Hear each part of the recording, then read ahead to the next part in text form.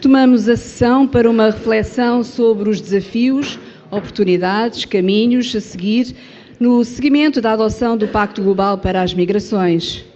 Depois das intervenções previstas, teremos um momento de conversa com o público, onde todos serão convidados a intervir. Convidamos a doutora Constança Urbano de Sousa, deputada do Partido Socialista, professora universitária e investigadora, doutora Marta Brozan, chefe da missão da Organização Internacional para as Migrações em Lisboa, para a mesa do painel, que será moderado pelo jornalista José Pedro Frazão. José Pedro Frazão é jornalista da Rádio Renascença há 20 anos, onde é atualmente editor de informação, função que exerce há 15 anos. Como editor, conduziu inúmeras emissões especiais, apresenta semanalmente o programa Da Capa à Contracapa.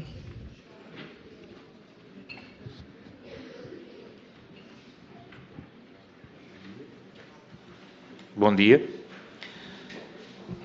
Muito obrigado à Caritas Portuguesa pelo convite para esta mesa redonda e para esta audição pública sobre o Pacto Global para as Migrações Ordenadas, Seguras e Regulares.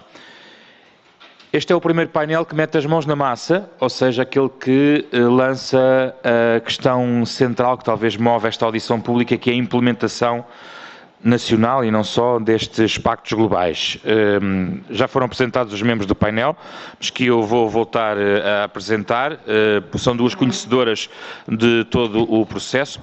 Começa à minha direita por Constança Urbano de Sousa, professora universitária, professora da Faculdade de Direito da Universidade Nova de Lisboa, está lecionada Direito Europeu do Asilo e da Imigração, é deputada da Assembleia da República, foi ministra da Administração Interna e é autora de uma vasta bibliografia sobre esta matéria, nomeadamente Direito de Imigração, com muitas publicações e conferências um pouco por todo o país e também na Europa. Também Marta Bronzin, chefe de missão da Organização Internacional para as Migrações em Portugal, está nesta função de chefe de missão desde 2010, está a trabalhar na OIM desde 2006 com funções de coordenação e desenvolvimento de projetos com enfoque em particular na migração laboral, migração, desenvolvimento e retorno voluntário. É licenciada em Direito pela Universidade de Bolonha. Para este painel, contamos muito também com a participação de quem está aqui nesta sala, porque certamente, estando por dentro e interessada neste tema, terá contributos para estes desafios, oportunidades e caminhos a seguir. E, no fundo, as duas oradoras que vão agora tomar a palavra vão, nas suas intervenções, lançar um mote, lançar-nos também aquilo que pensam sobre a forma como estes pactos globais podem ser adotados e implementados, nomeadamente do ponto de vista nacional. E então, sem delongas, passo a palavra para a intervenção da professora Constança Urbano de Sousa. Muito obrigada. Bem, em primeiro lugar, naturalmente, gostava de agradecer o convite para estar aqui presente e cumprimentar todas e todos e também aqui os meus colegas de painel. Para falar sobre este Pacto Global para as Migrações que foi adotado no mês passado e constitui talvez uma oportunidade única para a comunidade internacional em geral e sobretudo também para a Europa em particular, para colocar um ponto final no drama humano em que, infelizmente, se transformaram as migrações internacionais com crescentes perdas de vidas humanas e tomar a consciência que, tal como não se pode parar o vento com as mãos, também não vamos poder nunca parar as migrações internacionais. E, portanto, em vez de combater, temos que gerir este fenómeno, que é um fenómeno profundamente transnacional por natureza e que só poderá ser gerido de uma forma humana e regular pela comunidade internacional no seu conjunto e nunca pelos Estados isoladamente considerados. As migrações internacionais são, sempre foram e serão sempre um fenómeno que existirão com maior ou menor intensidade. Mas nunca poderemos substituir a percepção que hoje reina pela realidade. As migrações internacionais continuam a ser a grande exceção no comportamento humano. Apenas 3,5% da população mundial é migrante, ou seja, vive fora do país onde nasceu, onde é originário. E a realidade na União Europeia também não é assim tão diferente como isso. Também apenas uma percentagem reduzida da população residente na União Europeia é migrante. Ou seja, a esmagadora maioria das pessoas não migra. Também, hoje, é um facto que as migrações sul-sul intensificaram-se a um ritmo muito maior do que sul-norte, embora haja sempre a percepção de que as migrações só ocorrem num sentido, de sul para norte, dos países menos desenvolvidos para os países mais desenvolvidos. Por fim, também é verdade que o número de pessoas refugiadas no mundo, aquelas pessoas que são forçadas a migrar fruto de conflitos, de perseguição e de respeito pelos direitos humanos mais básicos, aumentou. Mas também precisamos ter consciência que 80% dos refugiados não estão nos países com maior capacidade de acolhimento e de proteção. Estão precisamente nos países limítrofes dos conflitos, estão em países como a Turquia, como o Líbano, como o Paquistão, como o Bangladesh. Não estão na Europa. À Europa apenas chega uma reduzida percentagem dos refugiados, pese embora o aumento em 2015 e 2016. E esta é a realidade. Agora, não obstante, nunca as migrações internacionais estiveram associadas a tantas tragédias, sobretudo às portas da Europa, que tem na sua fronteira sul a fronteira mais letal do mundo. E as tragédias no Mediterrâneo não são de hoje, são um fenómeno endémico de décadas, mas a verdade é que, sobretudo a partir de 2014, ganharam uma nova visibilidade. É um facto que 2014 e 2015 os fluxos intensificaram-se, mas também na década de 90 a Europa teve fluxos semelhantes de refugiados, em termos numéricos, embora qualitativamente fossem diferentes. Mas nunca, como nos últimos anos, perderam a vida tantas pessoas a atravessar o Mediterrâneo. Em 2016, mais de 5 mil pessoas perderam aqui a vida. Se nós compararmos com a segunda fronteira mais letal do mundo, que é a fronteira entre o México e os Estados Unidos, podemos ter aqui uma noção mais clara da proporção. Em 2016 morreram mais de 5 mil pessoas nesta fronteira. E no México, na fronteira entre os Estados Unidos e o México, cerca de 300 pessoas, e é a segunda mais letal do mundo. Para vermos que o Mediterrâneo é, de facto, a fronteira, sem margem para dúvidas, mais letal e mais trágica do mundo. Agora, o que é que mudou para que as migrações se tenham tornado um fenómeno assim tão trágico e, sobretudo, na Europa, fonte de tantas tensões?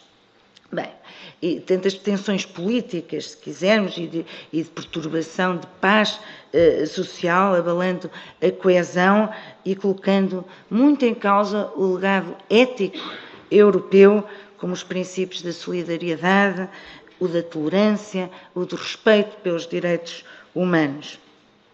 E isto é muito visível, por exemplo, na recusa de última hora de vários Estados-membros da União Europeia de participarem na Conferência de Marrakech e de assinarem estes pactos, o Pacto Global das Migrações, como a Áustria, ou a República Checa, ou a Polónia, ou a Hungria, muito liderados pela Hungria, que consideram a migração como uma fonte, como um processo perigoso, que gera insegurança e, portanto, que não deve ser gerida, mas sim parada e combatida.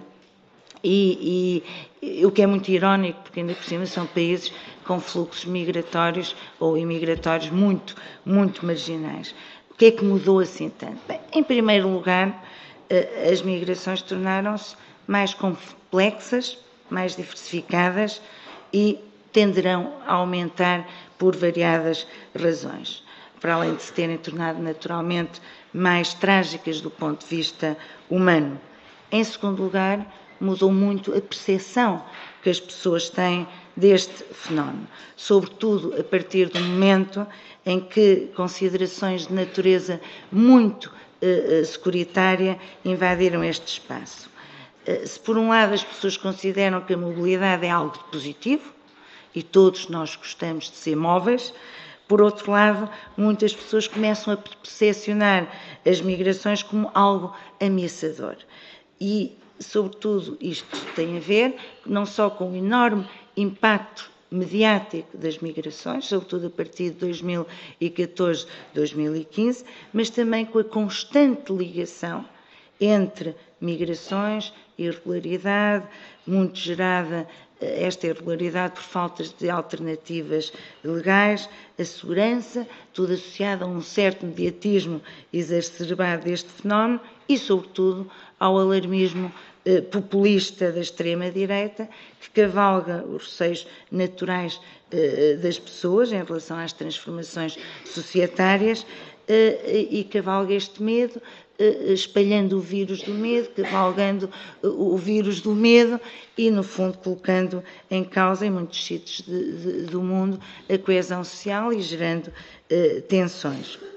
E esta narrativa da imigração como fator de insegurança e de ameaça à identidade nacional também contribui para acentuar um dualismo muito debilitante nas nossas sociedades entre o nós, os outros, nós os ocidentais, os outros, os estrangeiros, os muçulmanos, o hostes, o inimigo, o que rouba o emprego, o que é uma ameaça à nossa segurança, o que é ameaça aos nossos valores.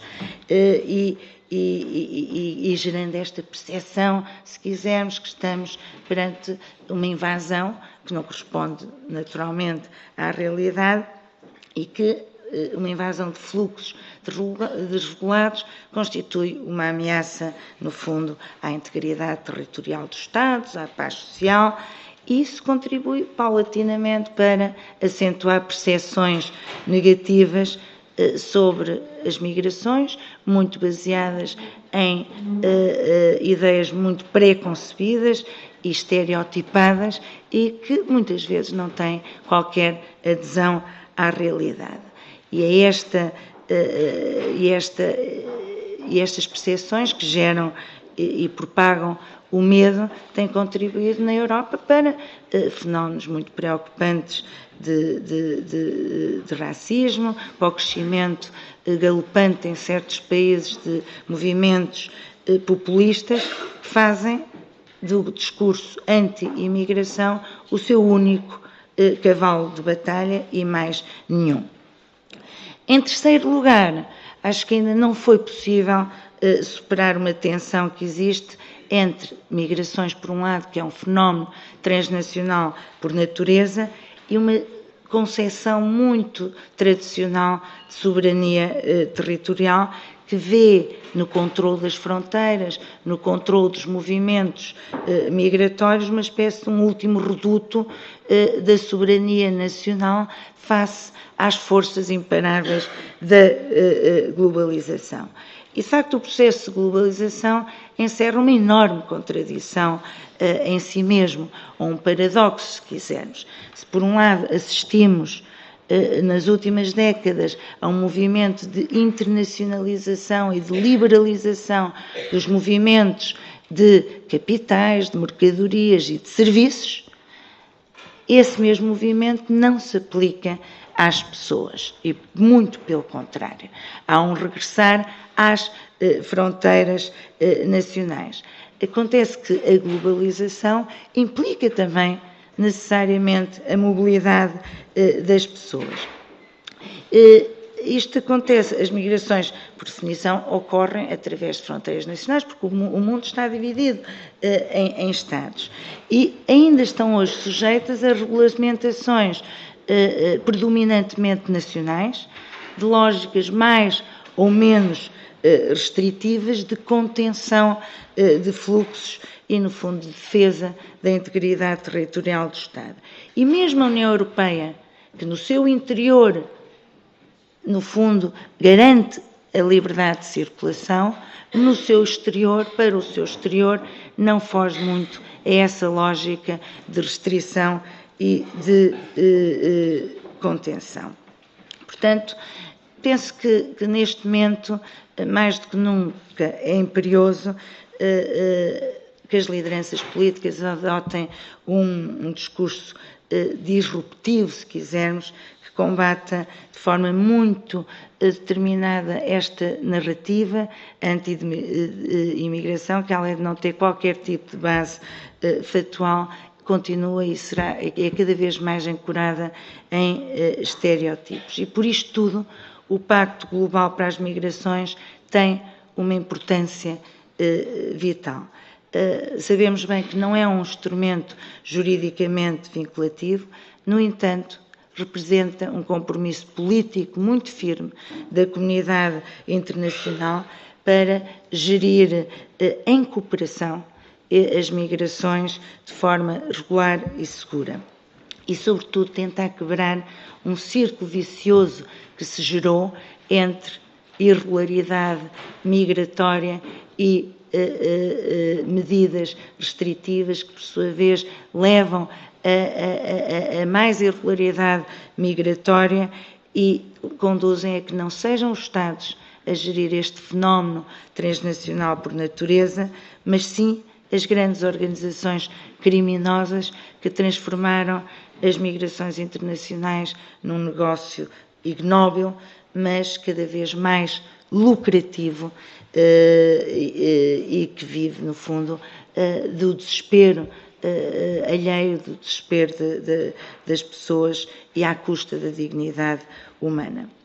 Isto porque medidas unilaterais, muito baseadas em controles de fronteiras e de luta contra a imigração irregular, serão naturalmente necessárias e até podem ser legítimas, mas nunca conseguirão impedir as migrações e serão sempre absolutamente ineficazes para parar o drama da imigração irregular. Eu gostaria apenas de focar alguns aspectos do Pacto, e 2 aspectos gerais e 3 em particular que me parecem muito relevantes.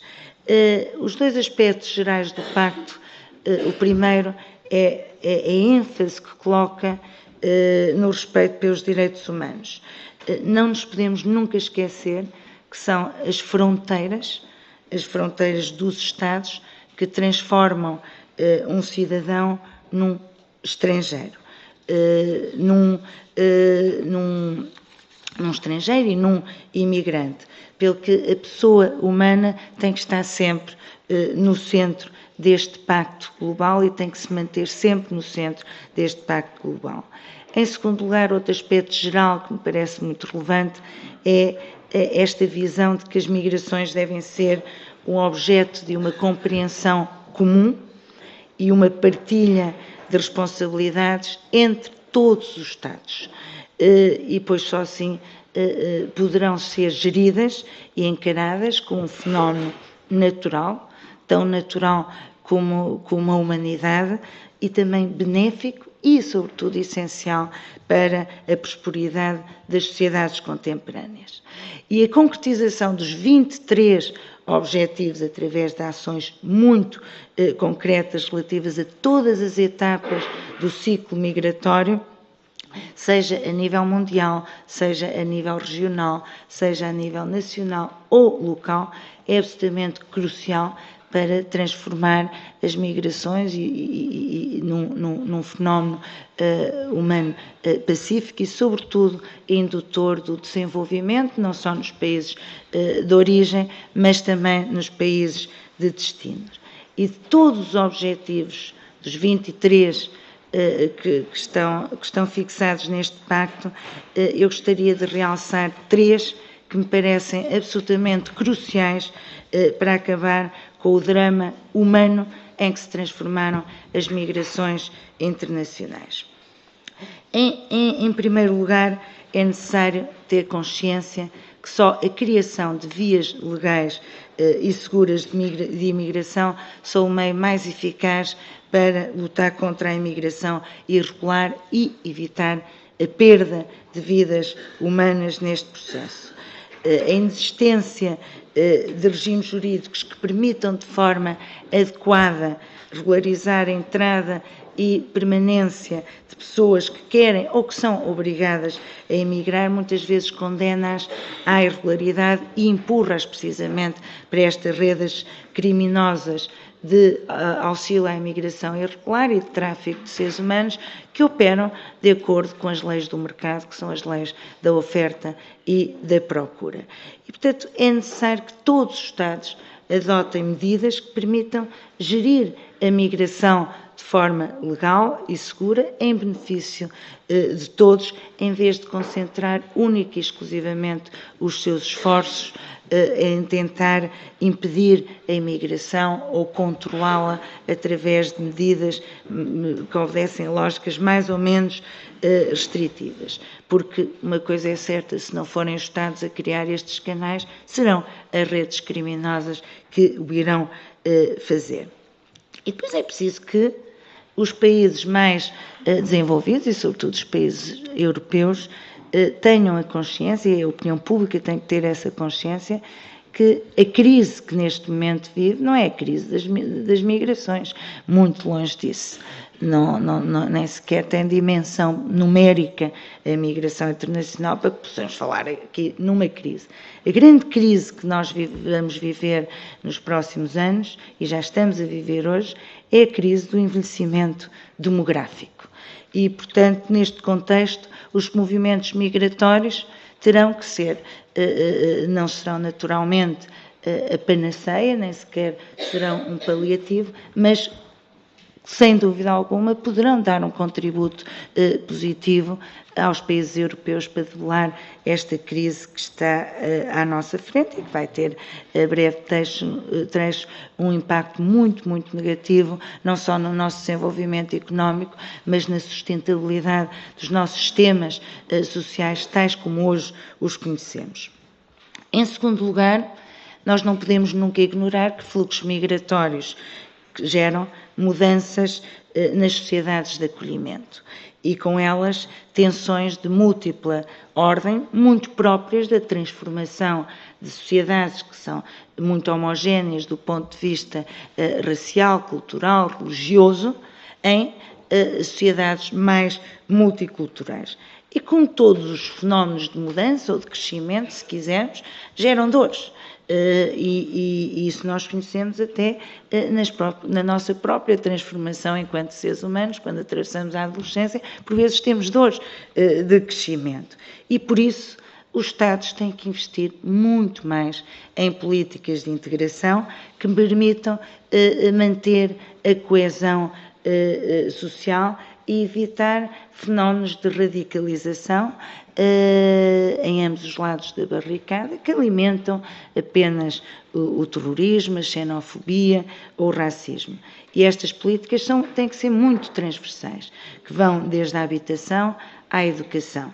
E também devem se dirigir fortemente às comunidades de acolhimento, de forma a prepará-las para uma mudança que é absolutamente inevitável nas próximas décadas.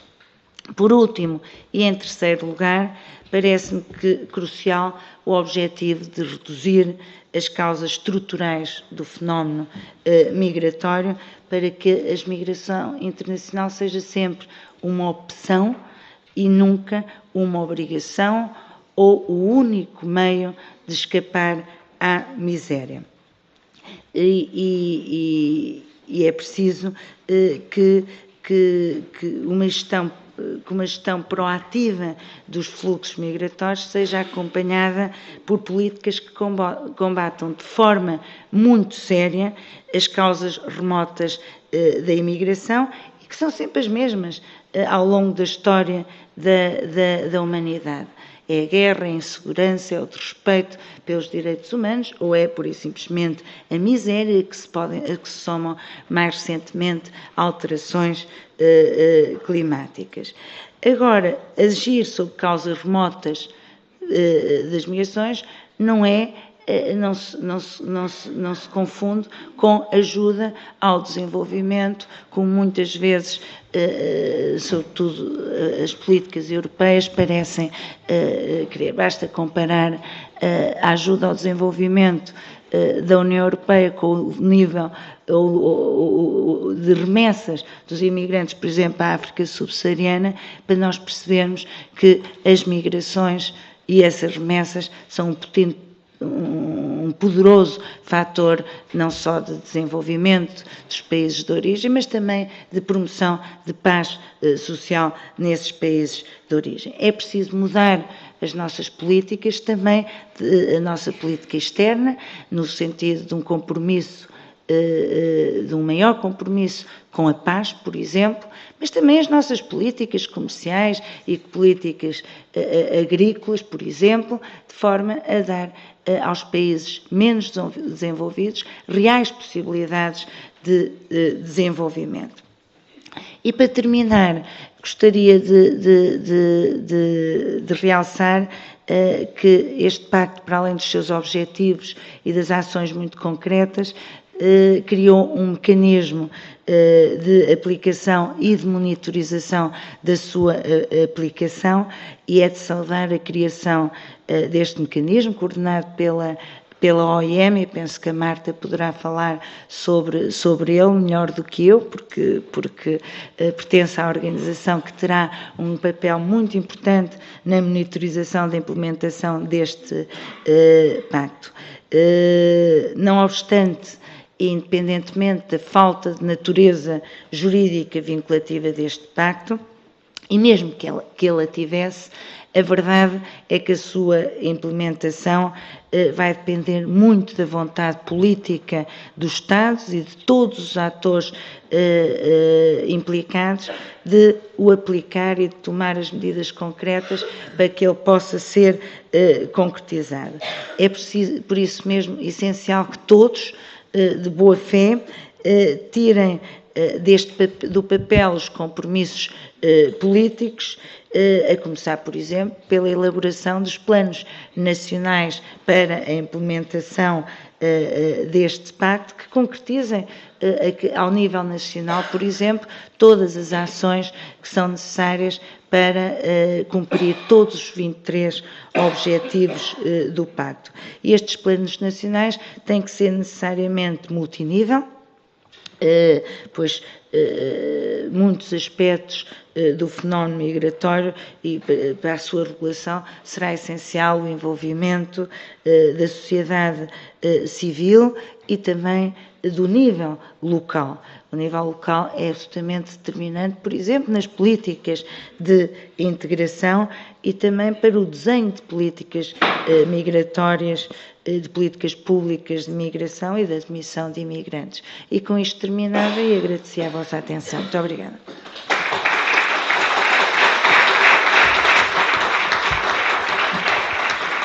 Muito obrigado. Passo já a palavra a Marta Bronzini, chefe de missão da Organização Internacional para as Migrações em Portugal, só com duas notas. A primeira, de que este debate está a ser seguido no Facebook através da Caritas, portanto, da página da Caritas, e podem colocar algumas questões para o momento de debate subsequente, e para esse momento de debate conto também com as perguntas, sobretudo com contributos mais do que perguntas, para os caminhos a seguir em relação à implementação do Pacto Global. Muito obrigada. Bom dia a todos. É um prazer poder estar aqui e participar.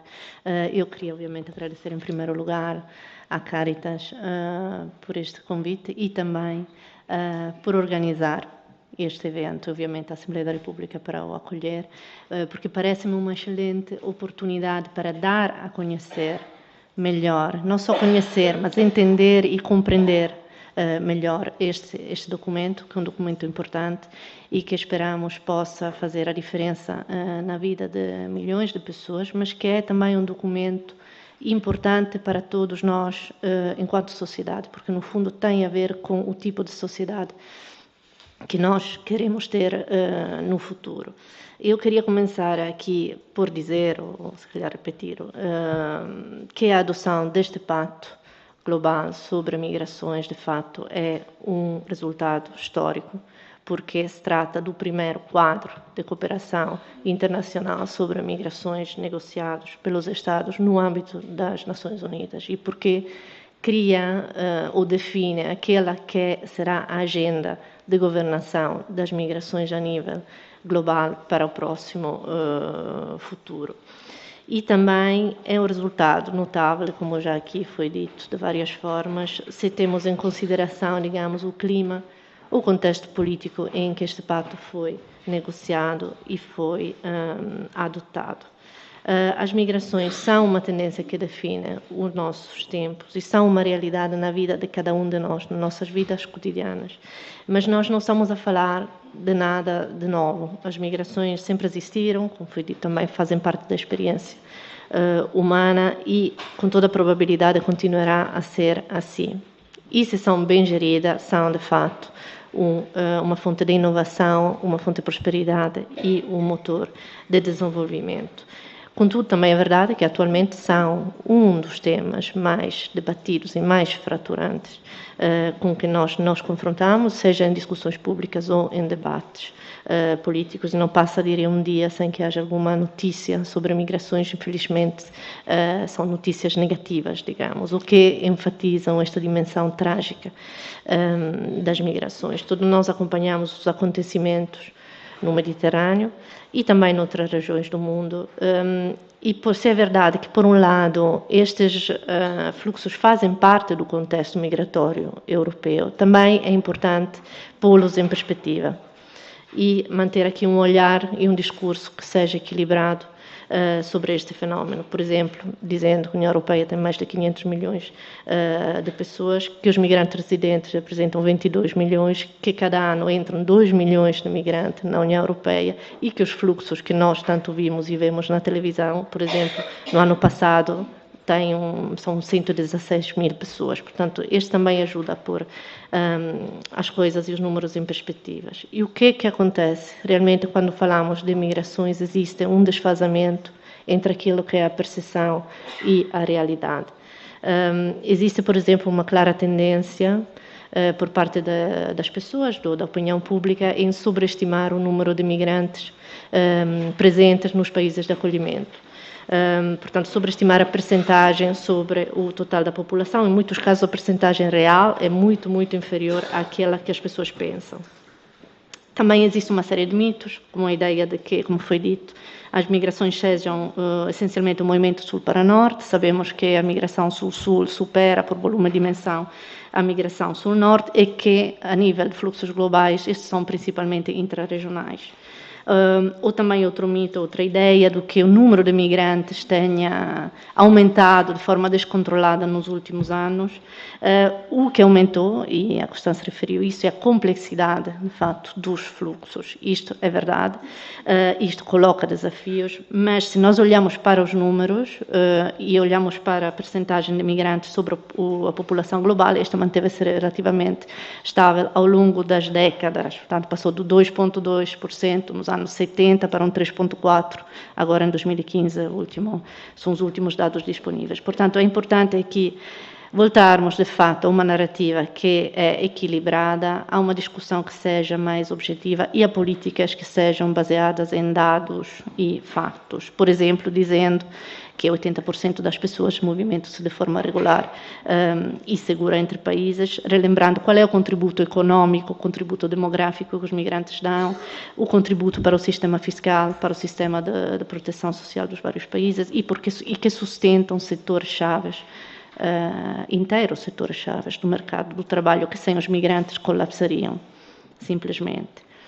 Com isso, não se quer negar que as migrações tragam consigo desafios para os governos e também para as comunidades dos países de origem, de trânsito e de destino, e que também tragam riscos acrescidos, sempre maiores para os próprios migrantes. Nós assistimos nos últimos anos há um aumento destes fluxos massivos, não é, e não regulados de pessoas. Todos sabemos que estes grandes fluxos irregulares de migrantes e refugiados, de fato, colocam dificuldades enormes sobre os países, principalmente de trânsito e de destino, que criam uma pressão muito grande sobre as estruturas que, em certos contextos, como os países de trânsito, já são estruturas frágeis e que têm um custo humano altíssimo para os próprios migrantes.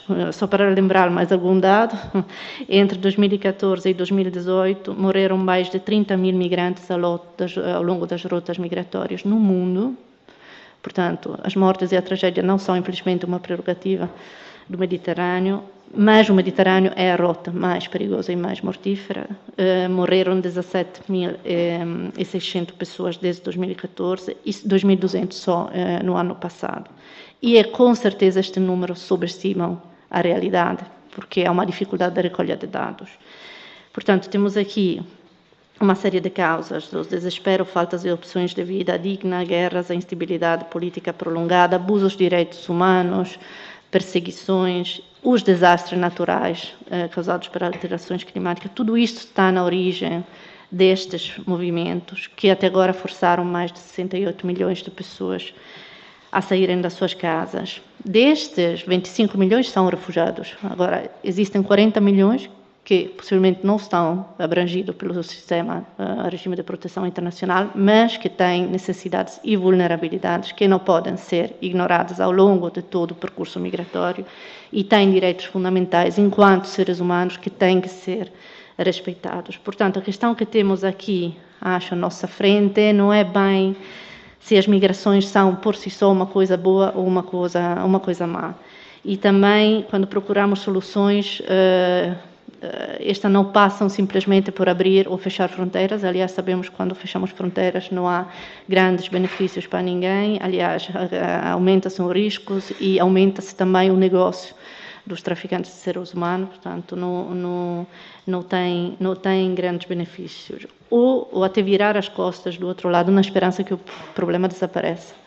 As migrações não vão parar e tudo indica que a pressão migratória irá continuar no futuro próximo, e porque as suas causas são estruturais ou ligadas a situações que não tenham uma solução, digamos, a curto prazo.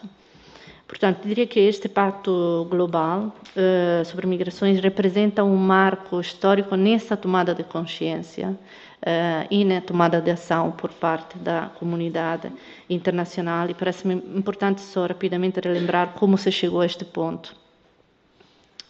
Em 2016, setembro de 2016, na sequência dos acontecimentos, a famosa crise migratória na Europa, foi organizada a primeira cimeira sobre migrações e refugiados no âmbito das Nações Unidas e foi adotada a Declaração de New York.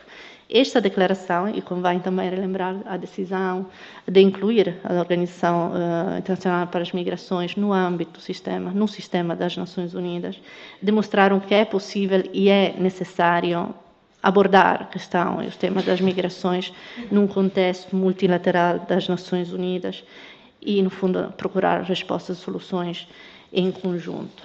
Portanto, o pacto define o caminho que nós temos agora pela frente. Eu queria aqui sublinhar alguns aspectos do pacto que me parece importante, a custo de repetir que provavelmente é óbvio ou se tornou óbvio, entretanto. Dizer que o pacto não é um documento juridicamente vinculativo, não é um tratado, não gera obrigações no nível nacional ou internacional, mas gera, contudo, um compromisso de visão sobre o que é que queremos com as migrações, onde é que queremos chegar e como é que queremos atingi-lo, e um compromisso político de ação e de responsabilidade conjunta. Não procura parar ou encorajar a migração, mas sim procura facilitar uma migração que seja regulada, segura e ordenada, porque esta é a única forma de mobilidade, no fundo, que nos permite maximizar os benefícios, quer para os migrantes, quer para as comunidades de origem e de destino. E quando este tipo de migração não é possível, então aí somos confrontados com grandes fluxos de pessoas, procura reduzir aqueles que são os impactos negativos deste tipo de mobilidade e responder às necessidades dos migrantes mais vulneráveis. Não cria um direito a migrar, mas reafirma que os migrantes têm direitos, estes sim consagrados em instrumentos internacionais vinculativos que já existem e que devem ser respeitados, estes direitos devem ser respeitados, independentemente do seu estatuto. O pacto reafirma o princípio da soberania nacional, com base na qual cada Estado é livre de determinar as suas políticas migratórias, mas também reconhece que, ao mesmo tempo, reconhece que nenhum país pode lidar com este fenómeno sozinho, que as políticas nacionais acabam por ter mais impacto se são implementadas num quadro de cooperação internacional, e este ponto acho que parece-me particularmente importante porque demonstra que não há contradição entre a soberania nacional e uma cooperação entre países nessa área. Afirma o princípio de soberania, mas reconhece que as migrações têm, em última instância, a ver com pessoas, que é, portanto, importante aqui encontrar um equilíbrio entre a segurança das fronteiras e o direito dos indivíduos. E reconhece também, como foi dito agora, que a gestão das migrações é uma responsabilidade de todos os países, e não só dos países de destino, mas que também não existe uma receita única para gerir migrações. Portanto, as políticas migratórias devem ter em conta o contexto específico dos países e deixa cada país livre, digamos, de estabelecer as suas prioridades. Agora, o pacto foi formalmente adotado em Marrakech, em dezembro, e os países irão começar a concretizar os seus compromissos através da sua implementação a nível nacional, regional e global. E cabe a cada país definir os próximos passos de implementação. O pacto prevê a criação de uma rede das migrações nas Nações Unidas, dentro das Nações Unidas, que tem um objetivo que é aquele, no fundo, de reforçar a coerência e a coordenação do sistema das Nações Unidas no apoio que se vai dar à implementação do pacto. Esta rede será composta por uma série de agências e atingirá o expertise técnico destas agências nas áreas das migrações dentro do mandato respectivo de cada agência, e a OIM tem a função de coordenadora e de secretariado desta rede. Mas acho que é importante aqui reforçar uma questão, é que apesar de existir esta rede, a implementação do pacto é da responsabilidade dos Estados-membros através das suas políticas migratórias, e ao mesmo tempo dizer que uma implementação bem-sucedida dependerá em grande medida da capacidade dos Estados, que os Estados terão de criar formas ou canais ou plataformas de colaboração, seja entre países, entre Estados, ou no seu interno, a nível nacional, por exemplo, entre setores governamentais, entre níveis de governo, muito importante, foi aqui referido já, a nível central, níveis locais, para manter uma coerência vertical das políticas, e, obviamente, outros atores da sociedade civil, organizações não governamentais, o setor privado, muito importante, os empregadores, os próprios migrantes, associações de migrantes, portanto, envolvê-los logo nestas discussões, a academia e muitos outros. Portanto, temos aqui uma abordagem inclusiva, multinível, foi dito, multiator, que está afirmada no pacto e que é necessária para a sua implementação. E que, aliás, diria que é uma precondição para que as políticas migratórias sejam coerentes e abrangentes e que em linha, digamos, com esta visão a 360 graus do fenómeno migratório. Portanto, a adoção do pacto é olhar para este resultado, no fundo, como um ponto de partida e não como um ponto de chegada, e olhar para o pacto não tanto, parece-me, como um documento, mas mais como uma agenda orientadora para a ação, para os compromissos, para iniciativas, para a discussão dentro de cada país. Oportunidades e desafios. Diria que este pacto encerra uma enorme potencialidade em si, que poderá se concretizar na fase de implementação se os países manterão a mesma visão, manterão o mesmo espírito que alimentou as negociações, por exemplo, conseguindo uma implementação equilibrada de todas as dimensões do pacto e das possíveis iniciativas. Para concluir, se calhar, em relação à implementação, só 3 pontos muito rápidos.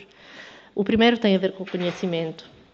Portanto, ter dados é crucial para conhecer a realidade, é crucial para poder definir políticas adequadas e para alimentar uma narrativa que seja equilibrada e objetivo. E a questão dos dados, da recolha de dados, está incluída no primeiro objetivo do pacto, mas eu diria que até é uma precondição para a definição ou estabelecer qualquer prioridade de implementação a nível nacional. Difícil estabelecer prioridade sem conhecer qual é a situação, quais são as necessidades.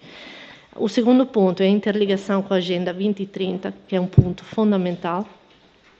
Estes dois quadros políticos, o pacto e a agenda, se reforçam mutuamente.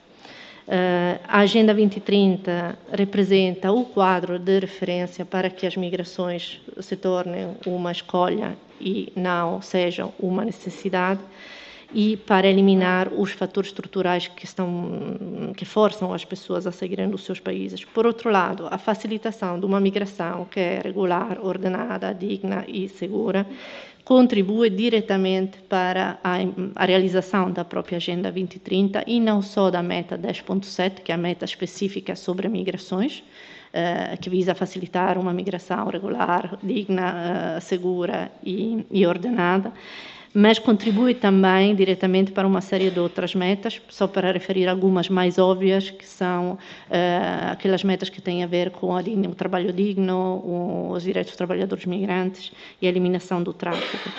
Portanto, uma grande mais-valia do pacto parece-me que dá um enfoque renovado às migrações no contexto do desenvolvimento sustentável e da Agenda 2030.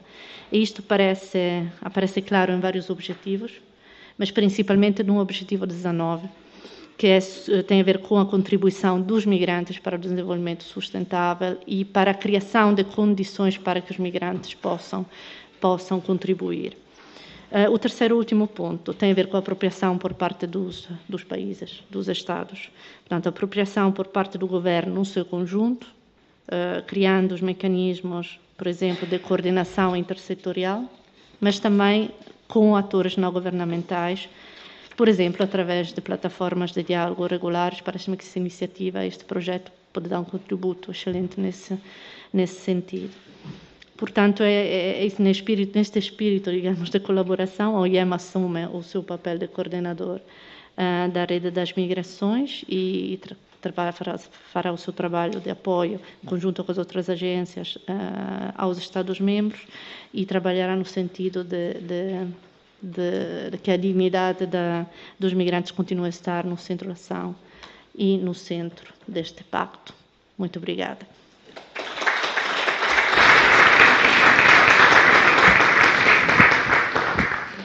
Muito obrigado. Vamos então abrir aqui esta reflexão a quem está nesta sala. Derrapando um pouco o tempo, diria que teremos para aqui uns 25 minutos para recolher contributos em relação, sobretudo, a esta questão da implementação. Como vamos implementar? Tivemos aqui as reflexões, lembrando algumas notas essenciais do que é o Pacto Global, alguns dos desafios, alguns motos lançados também pelas oradoras. E eu abro imediatamente a palavra à audiência, pedindo que quem queira participar faça um contributo conciso e claro, para que possamos registá-lo também e trazê-lo como contributo positivo desta sessão, nesta audição pública, e que se identifiquem com o nome e eventualmente da organização que representam nesta audição pública. Pela lista de participantes temos pessoas de várias proveniências nesta sala e isso certamente poderá trazer um debate mais rico. Então peço quem quiser já manifestar a sua vontade de intervir. Em relação à questão da implementação, um contributo em relação àquilo que possa passar este documento, como aqui se dizia, de uma mera elencar de 23 objetivos para além de algo mais concreto. A implementação é agora o desafio que se segue.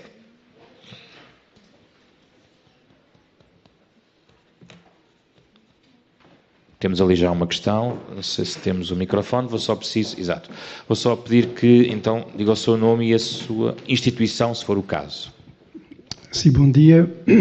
Em primeiro lugar, parabéns por este encontro. Eu chamo-me Giorgio Casula, estou aqui em nome da CGTP, eu trabalho, entre outros, na área das migrações. Sou eu próprio antigo imigrante, duplamente imigrante, como belgo, italiano e português. Bom, rápido. Eu acho que estamos aqui todos convencidos e já sabemos que o que importa agora é o trabalho que vamos fazer todos, um trabalho de formigas. Quanto à CGTP, rapidamente dizer que nós também contribuímos de uma certa forma já neste pacto, na realização do pacto, porque regularmente fazemos campanhas de sensibilização e formação para a integração, ajudar a integração dos trabalhadores imigrantes, particularmente sobre a questão dos direitos laborais, e também através da sindicalização e através da informação ajudá-los a uma melhor integração e assim também a uma melhor participação cívica e cidadania. Sobre a implementação do pacto, acho que é importante aqui a palavra cooperação e complementaridade entre todas as instituições aqui presentes e organizações presentes. Eu devo dizer que a nível da CGTP, pessoalmente, não sei se já houve um acordo ou se já foi interpelada para assinar também a proposta aqui de declaração que nos é apresentada nesta pasta, da declaração de compromisso.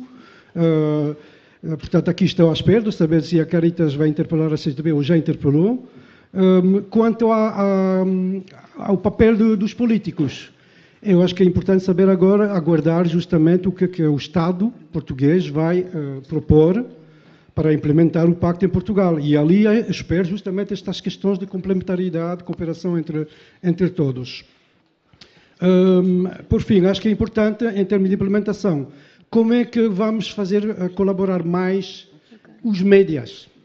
Porque sabemos todos que os médias estão a ajudar, indiretamente ou diretamente, a estes discursos xenófobos, estes discursos anti-imigração, e deveríamos ver como é que ajudá-los a mudar de discursos para dar um discurso mais positivo sobre a integração e o acolhimento dos imigrantes.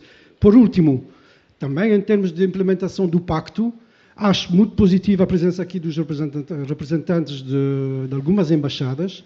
Eu acho que seria importante também ver como garantir também o apoio das embaixadas de onde são originais os grandes grupos de imigrantes, porque eu não vi na lista dos participantes a embaixada do Brasil, não vi a embaixada da Ucrânia, mas talvez estão aqui, mas na lista de participantes não estavam. Estou só a dizer, seria importante garantir a participação deles também, em Brasil, Ucrânia, Roménia e Angola, que são dos cinco principais países de origem dos imigrantes de Portugal, exceto, claro, Cabo Verde, que eu vi que estava bem representado. Muito obrigado. Mais alguma intervenção? Estou a recolher, então, ali atrás, na segunda fila, a contar de trás, temos alguém que quer pegar na palavra. Peço só que se identifique.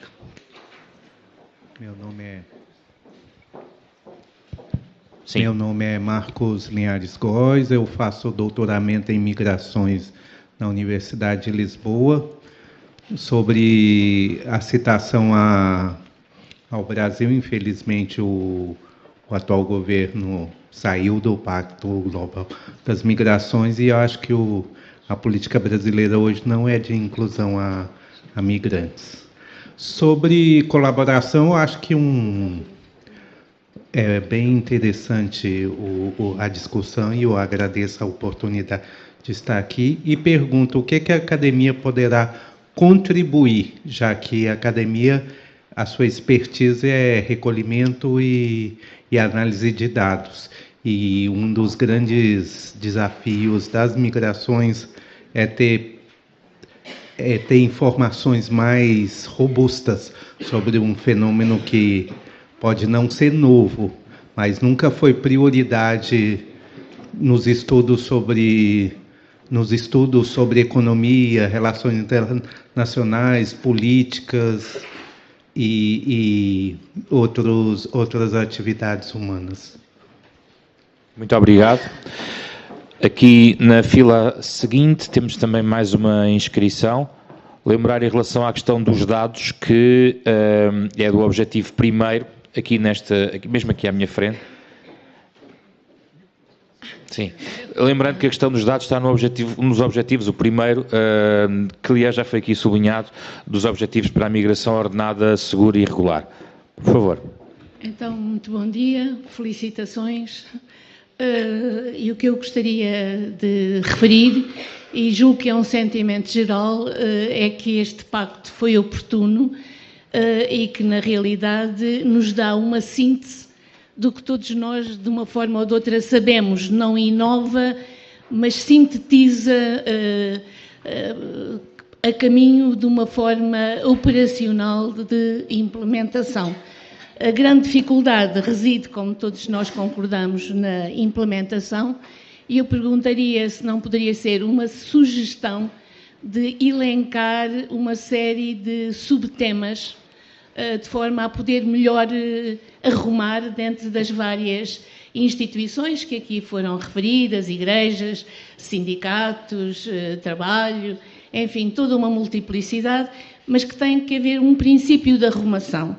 E a minha proposta seria, para os juristas, a minha área é outra, mas uma reflexão muito articulada sobre os direitos de circulação. Cada país tem os seus direitos de circulação e, dada esta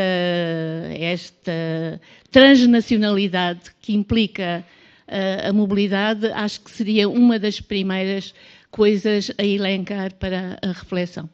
O meu nome é Maria Beatriz Rocha Trindade, do Centro de Estudos das Migrações e das Relações Interculturais. Muito obrigado pelo contributo. São várias questões que estão a ser levantadas. Um pouco aí atrás também mais uma participação. Olá, bom dia. O meu nome é Sandra Ferreira, estou aqui em representação do CEPAC e, em primeiro lugar, os meus parabéns para todos os presentes e para a organização deste importante debate. Um dos aspectos no âmbito da implementação que no âmbito do trabalho realizado, por exemplo, pelo CEPAC, que é um centro de apoio aos imigrantes, tem a ver, de facto, com o poder jurídico deste documento. Ou seja, como foi referido 2 vezes por cada uma das oradoras, este documento, de facto, não é vinculativo em termos jurídicos. Contudo, queremos e todos desejamos que ele seja implementado em concreto. Portanto, mas a sua implementação, de facto, ela indicia, ou pelo menos claramente conseguimos identificar, que existem elementos que são de difícil coordenação com a legislação que está em vigor e que é aplicável aos imigrantes. Portanto, este seria, de facto, um dos aspectos que me parece muito importante na implementação, designadamente a importância e a forma como, em termos políticos e legais, o próprio pacto irá ser implementado, de forma que depois, de facto, as associações possam exercer o seu papel na prática. Muito obrigada. Muito obrigado. Mais alguma questão? Várias. Vou daqui para este lado esquerdo. Sim. Depois já voltamos. Já vou aí entregar o microfone ali atrás, no fundo da sala. E Paulino Delgado, representante da Fundação Nostada e também da Associação Nasce Renasce, que trabalha também com a questão da imigração. A minha pergunta ou questionamento era relativamente às atividades previstas, que gostaria de saber se essas atividades são e serão realizadas só no país de acolhimento. E a minha sugestão é que também seria realizadas essas atividades em país de partida de imigrante, para poder aconselhar os imigrantes a ter uma imigração mais organizada, porque é ali que deveria começar o sistema do processo da imigração ordenada. Obrigado. Obrigado. Uma questão aqui à minha esquerda, digamos assim. Muito bom dia. Hugo Seabra, Fundação Carlos Gulbenkian. Não tenho a certeza que vou falar em nome da Fundação, falarei certamente em nome do cidadão e do pai, que eu sou, e complementando algo que já aqui foi dito logo na primeira intervenção em relação aos mídia, acho que há um trabalho importantíssimo a continuar a ser feito em Portugal a nível da formação dos mídia. Como sociólogo de formação que sou, nós costumamos falar da socialização primária e da socialização secundária. A socialização primária é aquela que acontece em casa, a socialização secundária é toda aquela que acontece a partir do momento de escola, até, obviamente, também através dos mídias. E, infelizmente, creio que em Portugal ainda há muito trabalho a fazer nesta temática, no trabalho a ser desenvolvido através da desconstrução de mitos e preconceitos, também junto dos mídias. Mas gostava de alertar para uma segunda questão, que se prende com o espaço escolar. Estive a analisar a lista de participantes, vejo que algumas pessoas da área escolar estão aqui, ainda assim não são assim tantas, e aqui claramente como pai, entristece-me que estas temáticas apenas sejam introduzidas nos currícula das disciplinas de educação cívica e cidadania e educação moral e religiosa, normalmente católica, e que não estejam introduzidas muitas vezes noutras temáticas escolares, dasquelas que os miúdos verdadeiramente dão atenção. Infelizmente, a disciplina de educação cívica e cidadania muitas vezes é utilizada para house cleaning da turma, porque é dada pelo diretor de turma. E isto leva a que muitas vezes as temáticas verdadeiramente que estão no currículo não são bem trabalhadas. Portanto, creio que é desde pequenino que tudo muda. Veja-se a forma como as famílias hoje em dia encaram a reciclagem, e foi claramente uma estratégia feita de pequenino para a frente, e esta questão da desconstrução de mitos e preconceitos deve também ser trabalhada ao nível da escola. Eu posso, em minha casa, bloquear alguns canais televisivos, porque acho que os meus filhos não devem ser expostos a eles. Desculpe, estou a voltar aos mídias, mas nem todos temos essa capacidade de o poder fazer e expor os nossos filhos, que serão os cidadãos do futuro desta sociedade, a determinadas formas de propagar exatamente aquilo que aqui foi falado como preconceitos e factos infundados ou elementos infundados, é claramente algo que eu gostaria de ver introduzido enquanto atividades desta iniciativa em Portugal. Muito obrigado pela sua intervenção. Estou aberto ainda a recolher mais contributos, porque são relevantes e estão a ser curtos e concisos, como tinha pedido.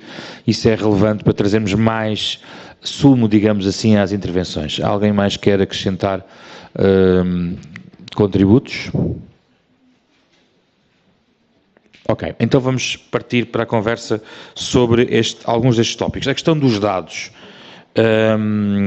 Começo pela Marta. A questão dos dados. Como é que vamos aplicar o objetivo 1 logo à cabeça?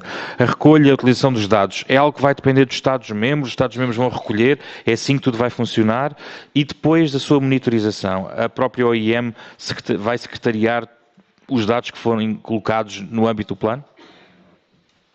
Bom, há aqui muitas questões que estão, de fato, a ser definidas e que irão ser definidas daqui a muito breve tempo, porque tem que ser, não é? Para começar rapidamente, só para dizer que foram adotados os termos de referência da rede das migrações.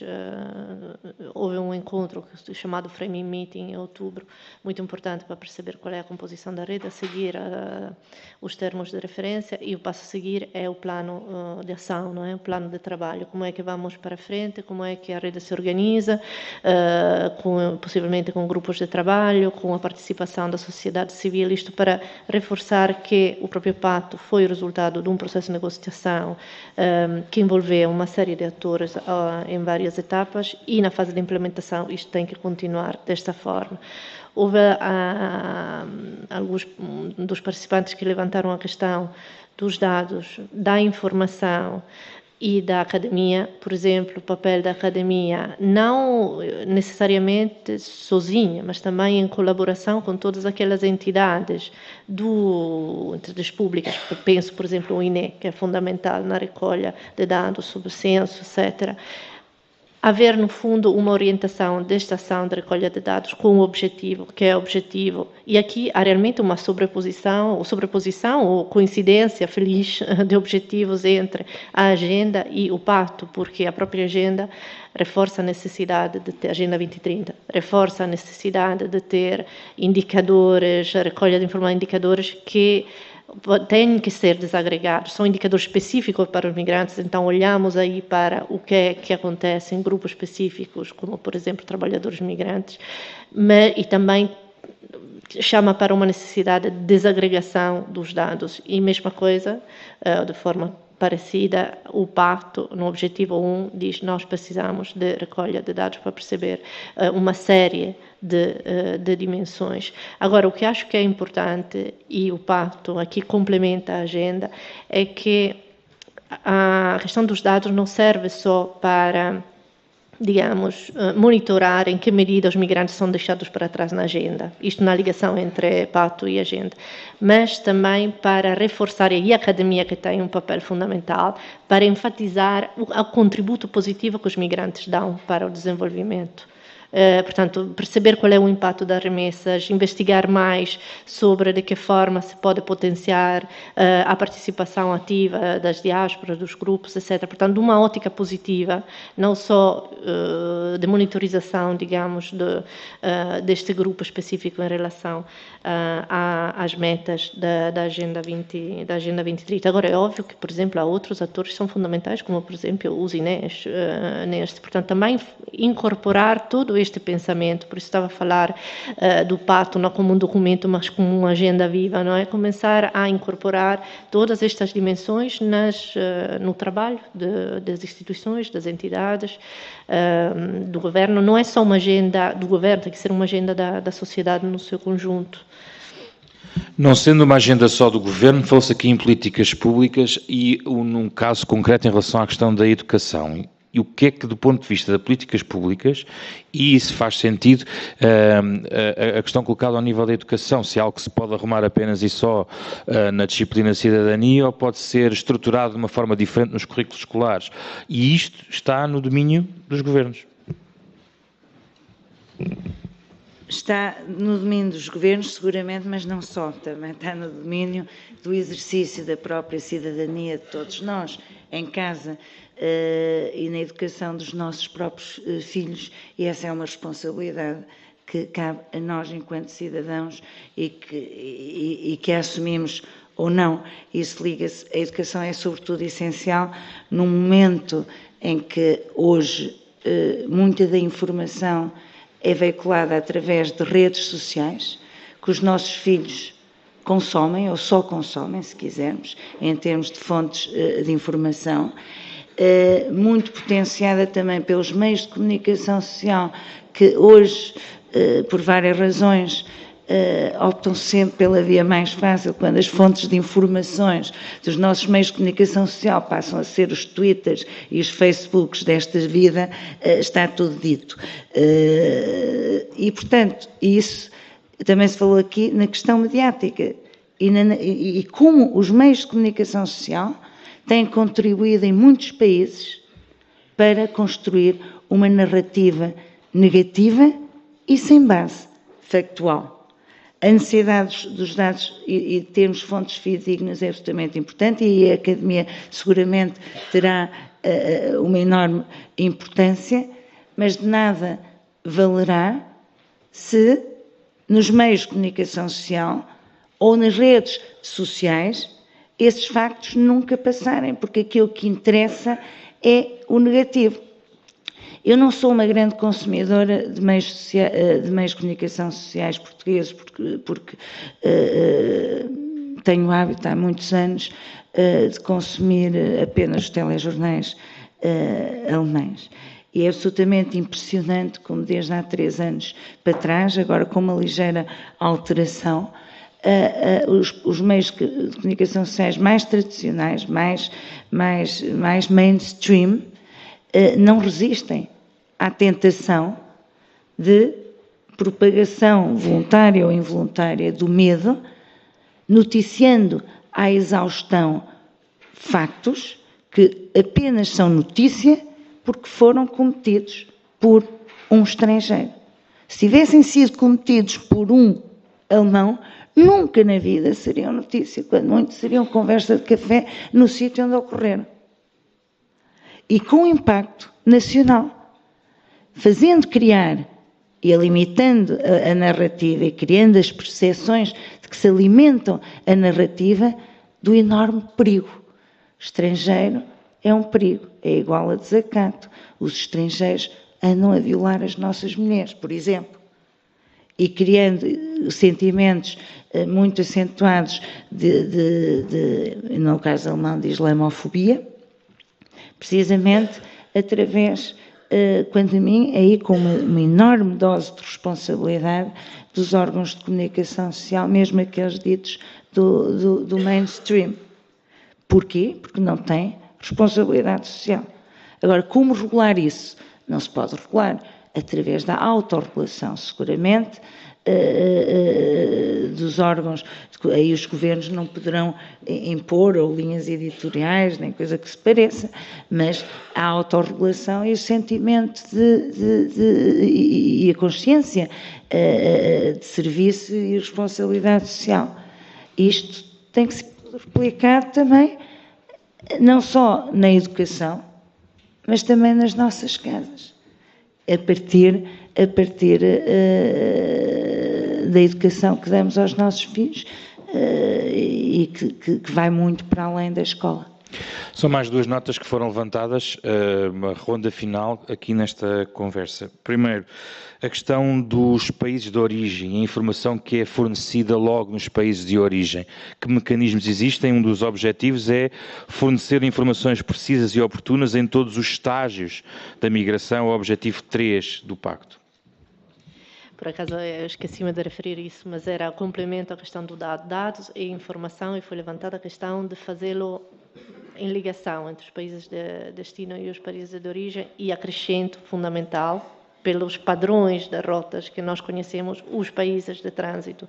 Portanto, aqui o objetivo 3 cobre precisamente isto, a capacidade de dar e deixar disponíveis informação que seja acurada, que seja atempada, que seja clara, sobre os percursos, não só sobre os perigos, mas também sobre os canais, sobre como poder migrar. É uma desinformação muito grande em relação ao processo migratório, a perceber quais são os canais, as regras, as formas de, por exemplo, conseguir um visto ou não conseguir um visto, os canais aí das redes sociais, os canais informais entre amigos, conhecidos, que muitas vezes não são assim tão acurados, baseiam-se na informação, na experiência pessoal ou numa imagem que se quer passar para fora, podem criar situações muito complexas. E esta é uma coisa que o IEM realmente reforça muitas vezes, é a necessidade de recolha de dados ao longo das rotas para perceber quais são as necessidades das pessoas e então depois tailor, ou ajustar a informação que se dá com base também nas necessidades das pessoas, desde o país de origem, facilitar o acesso ainda numa fase de preparação do percurso para que não haja, digamos, uma falta de preparação antes, não é? Faz o planeamento do seu percurso. Uma última questão, sobre a natureza não vinculativa do pacto. Este foi levantado aqui por uma participante aqui. É um problema real? É uma fraqueza do pacto? Pode ser compensado de outras formas? O facto de ser remetido para uma natureza quase de agenda, por não ser até vinculativo, como é que se pode elaborar e pode fortalecer o pacto, mesmo não sendo vinculativo, a natureza vinculativa? Apesar do pacto não ter uma natureza jurídica vinculativa, não é um tratado internacional, na verdadeira acessão da palavra, ele tem uma natureza nítida de soft law. E representa, pelo menos, um compromisso político sério, e, portanto, se é sério, é vinculativo, dos Estados signatários de o fazerem cumprir através das suas ações cotidianas. E, portanto, eu desdramatizaria a questão da falta de natureza jurídica vinculativa do pacto, porque ele até poderia ter natureza jurídica vinculativa e não passar do papel. O que interessa verdadeiramente é que os Estados, e não só os Estados, todos os atores que vão ser envolvidos de uma forma paulatina, porque os compromissos assumidos no Pacto não se conseguem realizar nem de um momento para o outro, vão levar décadas, é um edifício que vai ser construído, um bocadinho como a Agenda 2030, através de ações concretas. E isso é que é importante, é a implementação no terreno desta miríade, se quisermos, de ações, que muitas vezes elas isoladamente consideradas não terão qualquer tipo de eficácia, mas é o conjunto em si mesmo que vai dar um sentido a este pacto na sua implementação. E não nos podemos esquecer que também é um living document, é um documento que não fixa por uma vez por todas um enquadramento para esta questão das migrações internacionais. Ele vai ter que ser necessariamente revisto à medida do tempo. Agora, é um marco, será, quanto a mim, um ponto de partida, não é um ponto de chegada. E, portanto, é um ponto de partida, é um documento orientador e, naturalmente, a sua eficácia vai depender muito da forma como todos os atores, e todos os atores não são apenas só os Estados, não são apenas os Estados, o implementarem na prática. E, portanto, eu desvalorizaria tanto a questão da falta de natureza jurídica vinculativa. Além de que existem alguns princípios no pacto que podem ser extremamente importantes como auxiliadores da interpretação de instrumentos jurídicos, eles sim, vinculativos, e nisso ser uma espécie de um cavalo de Troia no ordenamento jurídico. Isso poderá ter também um impacto no futuro, não diretamente, mas através da forma como vai auxiliar, por exemplo, na interpretação de instrumentos jurídicos vinculativos. Isso também tem essa importância. São algumas questões que foram levantadas aqui e aqui também replicadas pelas oradoras. À tarde há mais painéis que vão continuar esta reflexão, nomeadamente sobre o contributo da sociedade civil, as empresas, as universidades, os municípios, as organizações da sociedade civil. Vamos também ouvir representantes das associações de migrantes nesta audição pública aqui na Assembleia da República sobre o Pacto Global para as Migrações Ordenadas, Seguras e Regulares. Agradeço às oradoras e o convite novamente da Caritas e vamos para o almoço. Muito obrigado.